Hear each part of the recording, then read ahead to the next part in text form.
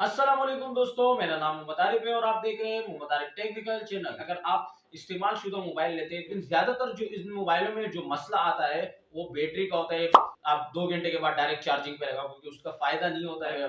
यानी मोबाइल ले लेते सस्ता भी हो, लेकिन इतना हो कि बैटरी सही चले, तकरीबन एक दिन उसको चलना चाहिए। दिन दिन 12 घंटे 15 घंटे तकरीबन वो अपनी बैटरी चलाए। आपको मैं एक ऐसी ट्रिक बताता हूँ जिससे आप अपनी मोबाइल की इस्तेमाल शुदा मोबाइल की बैटरी चेक कर सकते हैं। सबसे पहले आपको कैमरा ओपन करना होगा। कैमरा ओपन करने के बाद आपको ब्रश मोड पे तस्वीरें खींचनी होगी। आप इसके ऊपर उंगली रखेंगे, ये लगातार पिक्चर खींचता रहेगा।